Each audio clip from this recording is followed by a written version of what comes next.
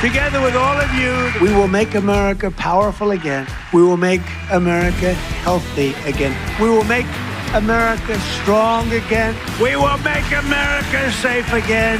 And most importantly, we will make America great again. 여러분, 지금 미국은 보이지 않는 금융전쟁의 한복판에 서 있습니다. 2025년 1월 트럼프 대통령은 백악관 집무실에서 첫 번째 주요 행정명령에 서명했습니다. 그 명령의 핵심은 단 한 줄. CBDC, 중앙은행 디지털 화폐의 모든 추진을 즉시 중단한다. 그는 기자들 앞에서 이렇게 말했습니다. CBDC는 디지털 감옥이다.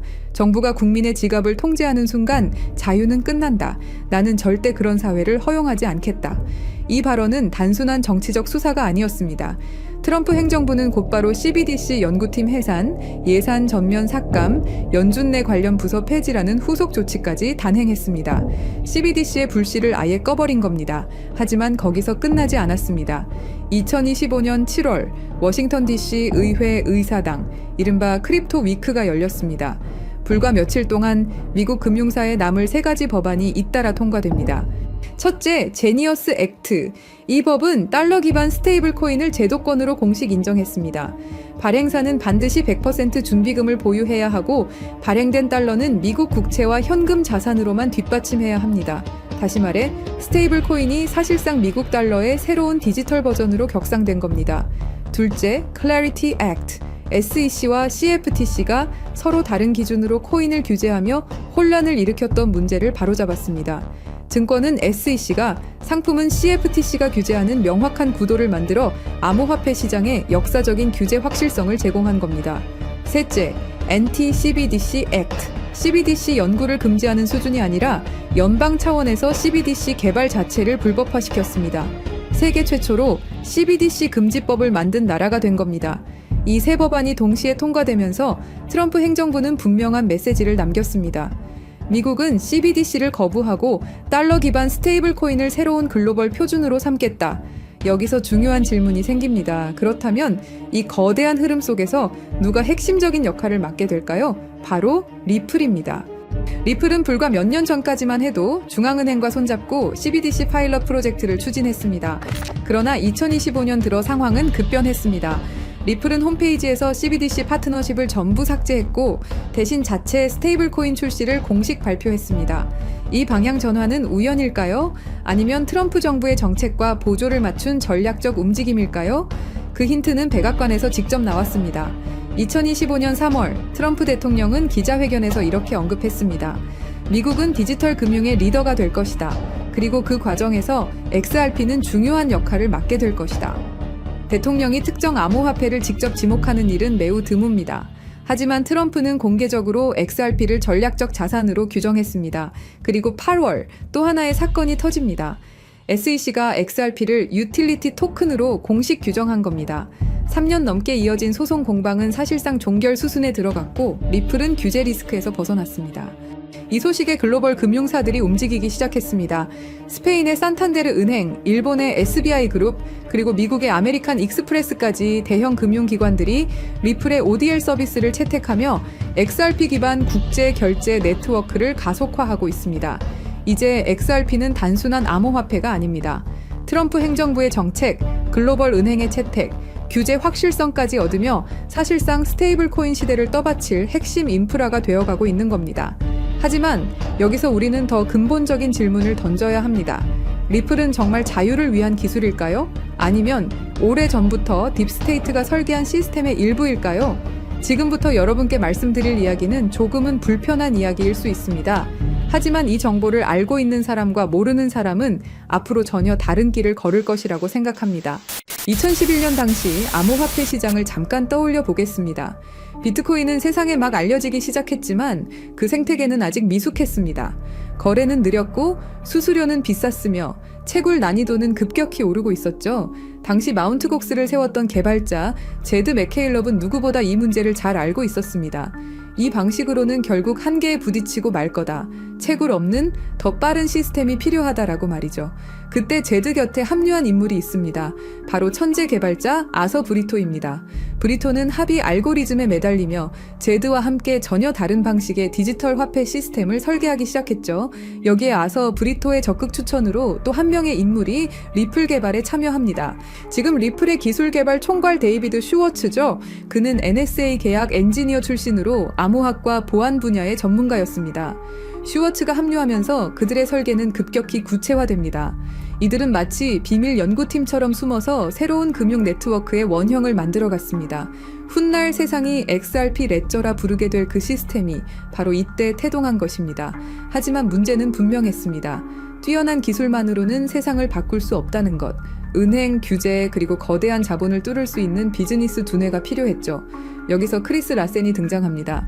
실리콘밸리 금융권에서 이미 입지를 다진 그는 이 기술의 잠재력을 곧바로 알아보았습니다. 라센은 회사를 오픈코인이라는 이름으로 세우고 거대한 자금을 끌어옵니다. 그때 당시 초기 투자자 명단은 지금 봐도 놀라운데요. 피터 틸의 파운더스 펀드, 안드리센 호로위츠, 구글 벤처스, 실리콘밸리의 가장 무거운 돈줄들이 이 새로운 프로젝트에 베팅한 겁니다. 이 순간 단순한 암호화폐 실험은 글로벌 금융 질서를 흔들 계획으로 변신하게 됩니다. 그러나 내부의 균열이 곧 그 모습을 드러내게 되는데요. 초기 발행된 1000억 XRP, 그 대부분이 회사와 창립자들에게 배분된 사실이 알려지면서 사전 채굴 논란이 불거졌죠. 이 와중에 제드와 라센은 방향성을 두고 충돌합니다. 제드 맥케일럽은 탈중앙, 공정한 시스템으로 가야 한다는 입장이었고 크리스 라센은 은행과 손잡고 제도권을 장악해야 한다라는 입장이었죠. 갈등은 결국 파국으로 치닫습니다. 제드는 회사를 떠나게 되고 스텔라라는 새로운 프로젝트를 씁니다. 그리고 이때 한 인물이 조용히 그림자 속으로 사라집니다. 바로 천재 개발자 아서 브리토였습니다. 그는 공개적인 갈등에 끼지 않았습니다. 대외적으로 모습을 드러내지도 않았습니다. 은둔형 천재라는 말 그대로 회사 전면에서 흔적 없이 사라져버린 겁니다. 남은 건 크리스 라센과 데이비드 슈워츠. 이들은 회사를 재정비해 리플을 은행과 연결시키는 데 집중했습니다. 미국, 유럽, 일본의 은행들이 파일럿 프로젝트를 돌리기 시작했고 리플은 곧 비트코인과는 다른 제도권을 위한 암호화폐라는 이미지를 얻게 됩니다. 하지만 그와 동시에 여러 이야기들이 리플의 주변을 맴돌았죠. 리플은 사실 NSE와 연결돼 있다. 미국이 스위프트를 대체하기 위해 민간 프로젝트로 리플을 밀고 있다.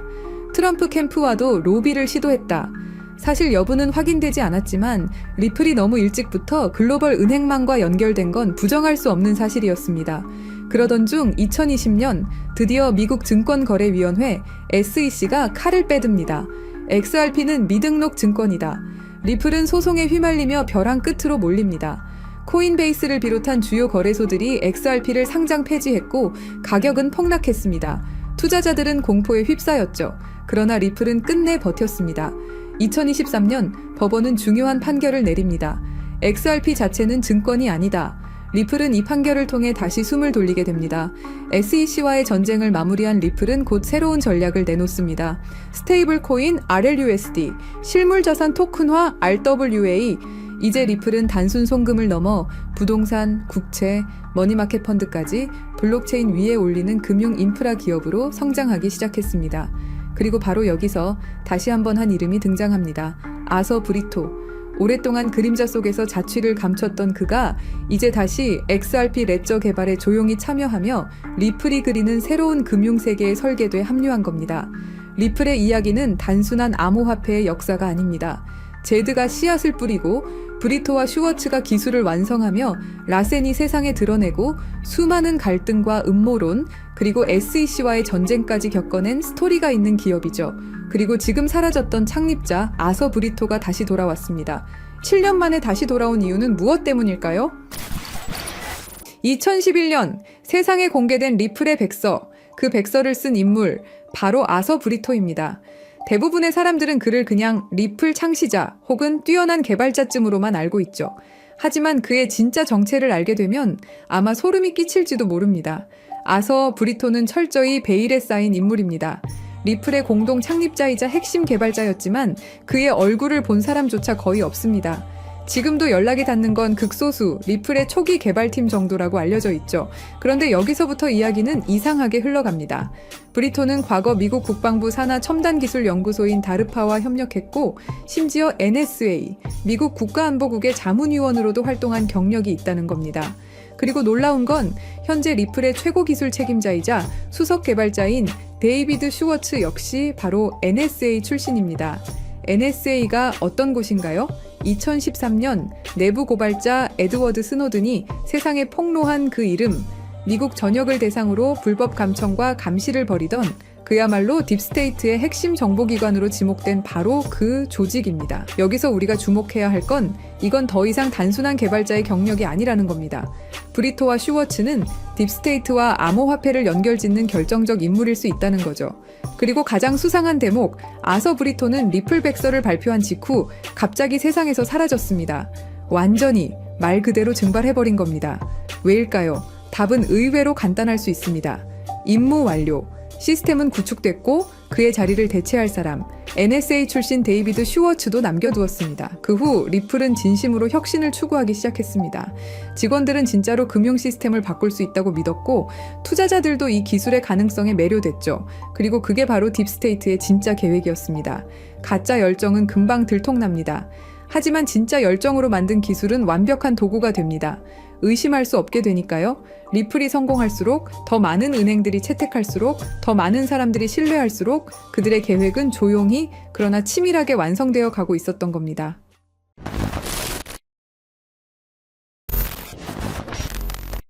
사실 리플의 구조는 처음부터 뭔가 이상했습니다. 리플은 RPCA라는 방식으로 거래를 처리합니다. 쉽게 말해 전체 검증자 중 80%가 오케이 해야 거래가 승인되는 구조죠. 그런데 여기서 중요한 개념이 있습니다. 바로 UNL. 이게 무슨 말이냐면 믿을 수 있는 검증자 리스트를 따르는 구조라고 보시면 됩니다. 문제는 그 리스트를 누가 정하느냐는 거죠. 바로 기존 권력자들이 정합니다. 새로 들어오고 싶다면 허락을 받아야만 들어올 수 있습니다. 겉보기엔 마치 모두가 자유롭게 참여하는 개방된 시장 같지만 속을 들여다보면 결국 소수의 권력자들만 투표하는 시스템이죠. 국민 투표합니다 라고 해놓고 미리 짜인 대표들만 투표권을 갖고 있는 구조와 다를 바 없는 겁니다. 이 구조 자체가 딥스테이트가 설계한 통제 시스템일 가능성이 있다는 게 저의 생각입니다. 그리고 딥스테이트는 리플에게 계획적으로 시련을 주는데요. 바로 SEC의 소송이죠. 여기서 잘 한번 생각해 보시면 SEC는 수천 개가 넘는 코인들 중에 왜 하필 리플에게 소송을 걸었을까요? 이건 단순한 규제가 아니라 치밀하게 짜여진 스토리일지도 모릅니다. 리플은 정부와 맞서 싸우는 암호화폐다라는 이미지를 심어주는 거죠. 그래야 사람들에게 리플은 정부와 싸우는 코인이다라는 이미지를 심을 수 있으니까요.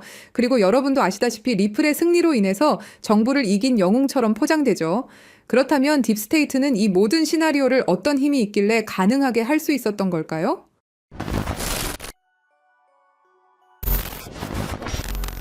딥스테이트란 무엇일까요? 그것은 선출되지 않은 권력 집단입니다.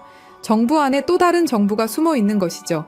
대통령이 바뀌어도 정권이 바뀌어도 그들은 그 자리에 남아 실제 권력을 쥐고 흔들어댑니다. 그렇다면 그들은 누구일까요? 지금까지 딥스테이트로 거론되는 인물들은 크게 5가지로 분류됩니다. 첫째, 30년 넘게 정부에 몸담은 영구직 고위 관료들입니다. 둘째, CIA, NSA, FBI 등 정보기관의 실세들이 있죠. 셋째, 달러를 찍어내는 연방준비제도 이사회 임원들입니다. 넷째, 10조 달러를 움직이는 월스트리트 거대 자산운용사들이 있고요. 다섯째, 전쟁을 통해 이익을 얻는 군산복합체 경영진들이 있습니다. 이들의 공통점은 뭘까요? 정권이 바뀌어도 자리를 지키며 진짜 게임을 조종한다는 것입니다. 트럼프가 와도 바이든이 와도 다시 트럼프가 와도 그들은 여전히 그 자리에 있습니다. 그리고 지금 그들의 목표는 현금을 완전히 없애고 모든 거래를 추적 가능한 디지털 화폐로 바꾸는 것입니다.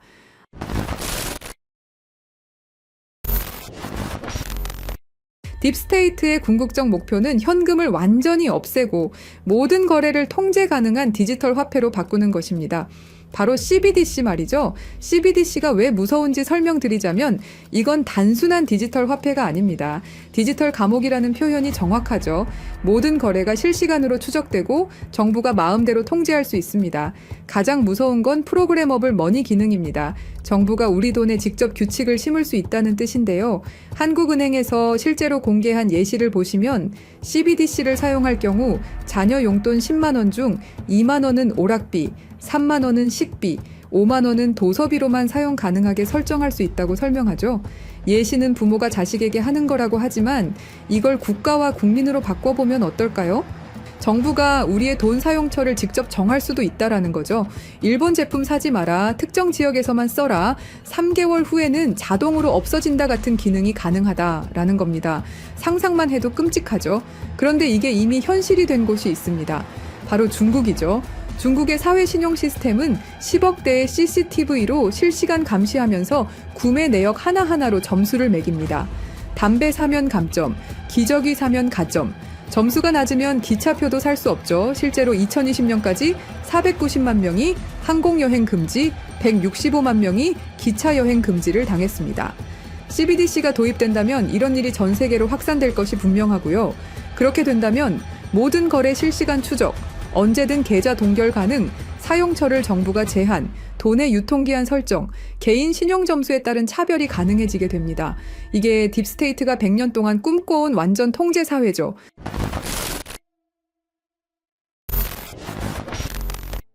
하지만 예상치 못한 변수가 나타났습니다. 미국의 대통령이죠.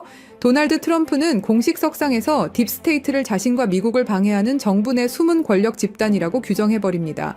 그리고 워싱턴의 기득권 정치 세력과 정보기관들이 뒤에서 조종하며 정책을 방해하고 각종 수사를 만들어낸다고 발언하죠.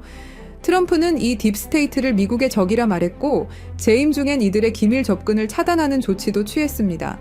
딥스테이트를 청산해야 할 내부의 적으로 보고 있고 반드시 제거하겠다고 다짐했었죠. 그러면서 트럼프가 CBDC를 제외시키고 선택한 게 바로 스테이블 코인입니다. 트럼프 대통령은 달러 기반 스테이블 코인은 달러의 지배력을 더욱 강화하는 데 기여할 것이라고 강조했습니다. 그리고 2025년 7월 18일 트럼프 대통령이 지니어스 법에 서명하면서 스테이블 코인의 법적 기반이 완성되었습니다. 이건 딥스테이트의 CBDC 계획에 대한 직접적인 도전장이었죠. 이제 두 시스템이 정면으로 충돌하고 있습니다.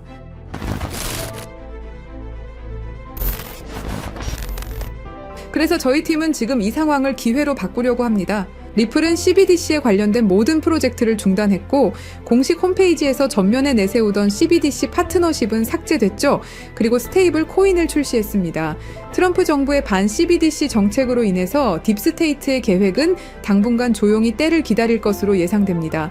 하지만 이게 끝이 아닙니다. 오히려 스테이블 코인 시장으로의 대대적인 자금 이동이 시작될 것이다 라는 판단입니다. 크립토 퀀트에 따르면 달러 기반 스테이블 코인 시장은 지난 1년간 46% 성장했고 세계 최대 스테이블 코인 발행사 테더는 작년에만 130억 달러, 한화로 19조 원의 순이익을 기록했습니다. 그리고 글로벌 투자은행 번스타인은 스테이블 코인 시장이 내년까지 5천억 달러에 도달할 것으로 전망했죠. 이건 지금 시장 대비 4배 이상의 성장을 의미합니다. 그렇다면 스테이블 코인 급성장 시 최대 수혜주는 어떻게 될까요? 여기서 핵심은 스테이블 코인이 폭발적으로 성장할 때 그 생태계를 뒷받침하는 다양한 인프라들이 함께 급등할 것이라는 점입니다. 주목해야 할 플레이어들은 정해져 있습니다. 직접적으로 보자면 서클, 테더, 월드리버티 파이낸셜이 있겠죠. 하지만 투자자 입장에서는 다른 관점을 생각해봐야 됩니다. 인프라 생태계, 여기가 진짜 핵심이라고 할 수 있습니다. 스테이블 코인 거래량이 폭발하게 되면 뒷받침할 다양한 블록체인 생태계에 대한 수요가 기하급수적으로 증가할 겁니다. 현재 주류 체인들로는 절대 감당할 수 없는 수준의 거래량이 몰려오겠죠. 그때 필요로 하는 블록체인 기술은 고성능 레이어 1, 블록체인을 통한 대용량 거래 처리 능력, 레이어 2, 사이드체인 같은 확장 솔루션, 분산형 거래소 프로토콜, 디파이 네트워크, 브릿지 프로토콜 등이 있습니다. 느낌이 오셨나요? 우리는 이 흐름으로 최대 수혜를 받을 수 있는 프로젝트에 투자를 해야 됩니다. 이 중에서도 특히 주목해야 할 프로젝트가 바로 입니다. 이 코인은 지금 어떤 상호 운용성 제공업체보다도 더 많은 블록체인을 연결하고 있고 그 격차는 계속 벌어지고 있습니다. 서클과 같은 주요 기업들과의 파트너십을 통해 USDC와 EURS의 크로스체인 전송을 이미 지원하고 있죠. 파이어블락의 데이터에 따르면 2024년 스테이블 코인은 플랫폼 거래량의 거의 절반을 차지했으며 전 세계 USDC와 USDT 거래량의 상당량이 이미 이 코인을 통해 라우팅되고 있습니다. 이 코인은 30개 이상의 주요 메이저 네트워크를 연결하고 연결된 체인의 수정이 필요 없다는 큰 장점이 있습니다. 전 세계 굵직한 은행 금융기관들과 파트너십은 당연한 이야기죠. 글로벌 블록체인 상호 운용성 시장은 연간 25%에서 30% 성장하여 2030년까지 수십억 달러 규모에 달할 것으로 예상됩니다. 스콧 베센트 재무장관이 공식적으로 언급한 수조 달러 규모의 미국 국채 수요는 스테이블 코인 담보로 들어갈 국채 수요를 의미합니다. 이건 단순한 예측이 아닌 미국 정부의 공식 계획이며 스테이블 코인 시장의 기하급수적 성장을 의미합니다. 결국 이것은 단순한 투자 기회를 넘어서 우리가 어떤 미래에 베팅할 것인가의 문제입니다. 딥스테이트의 완전 통제 시스템은 트럼프로 인해 긴 휴식기에 들어갈 겁니다. 스테이블 코인이 CBDC를 완전히 대체하는 시나리오에서 그 막대한 생태계를 구성하는 핵심 인프라 프로젝트들이 상상을 초월하는 성장을 보일 것은 분명하죠. 스테이블 코인 생태계의 폭발적 성장과 함께 이 코인이 어떤 역할을 할지 함께 지켜보면 좋겠습니다. 그래서 이 중요한 정보를 구독자 여러분께 공유해 드리려고 하는데요. 공유 드리기 전에 아직도 안 누르셨다면 구독과 좋아요로 저희 채널에 힘을 더해 주시길 부탁드리겠습니다.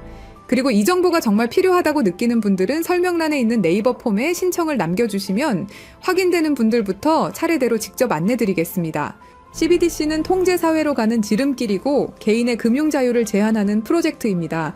우리는 어떻게든 막아내야 합니다. 끝까지 시청해주셔서 감사합니다.